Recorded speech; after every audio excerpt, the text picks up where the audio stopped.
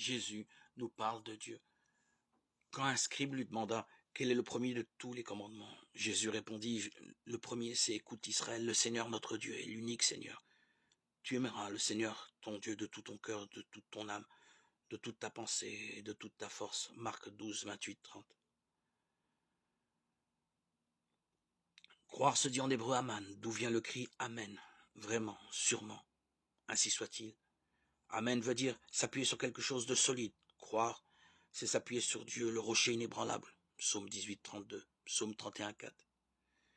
Fixant sur eux son regard, Jésus leur dit, aux hommes c'est impossible, mais à Dieu tout est possible. Matthieu 19, 26. Le règne de Dieu dont Jésus parle si souvent est la présence de Dieu parmi les hommes. Cette présence est puissante, mais pas du tout imposante. Il s'agit de la puissance de l'amour. Dieu est là, vraiment là, mais dans une discrétion étonnante. Le règne de Dieu ne vient pas comme un fait observable. On ne dira pas le voici ou le voilà. En effet, le règne de Dieu est parmi vous, Luc 17, 20, 21. On trouve Dieu quand on le cherche vraiment. Moi je vous dis, demandez, on vous donnera, cherchez, vous trouverez, frappez, on vous ouvrira, Luc 11, 9.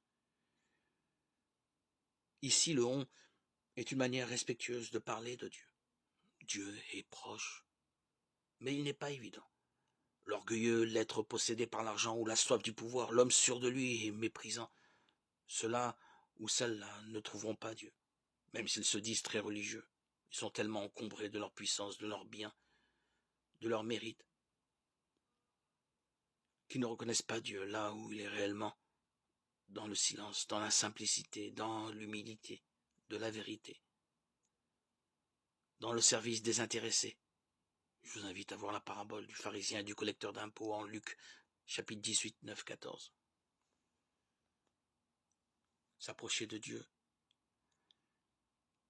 ce n'est pas s'accaparer le savoir, le pouvoir ou l'avoir.